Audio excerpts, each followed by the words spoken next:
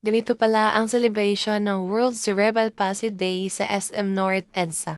Galing pala muna kaming PCMC dahil nag-x-ray si Dylan para sa peg insertion ni Carmen. First time kong umalis nang walang kasama kaya napakahirap dahil mabibigat ang bitbit ko bukod pa kay Dylan. May stroller at bag niya. Sira din ang elevator paakyat ng Skydome at buti na lang may usher na Welcome to the tumulong. World Cerebral Palsy Day Philippines! Yay!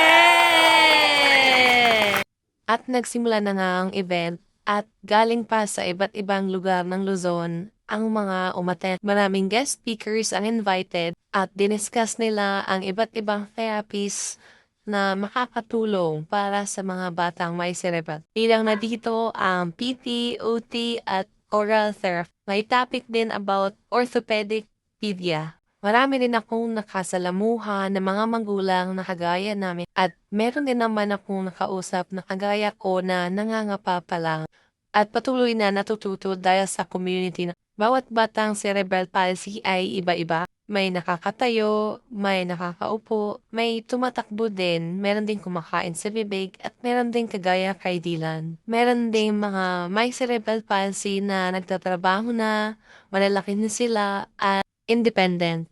At kahit first-timer kami ay kabilang kami sa mga pinatawag para pumunta sa harap para i-acknowledge ang milestone ni Dylan na isa siyang naging Hero of the Month noong May.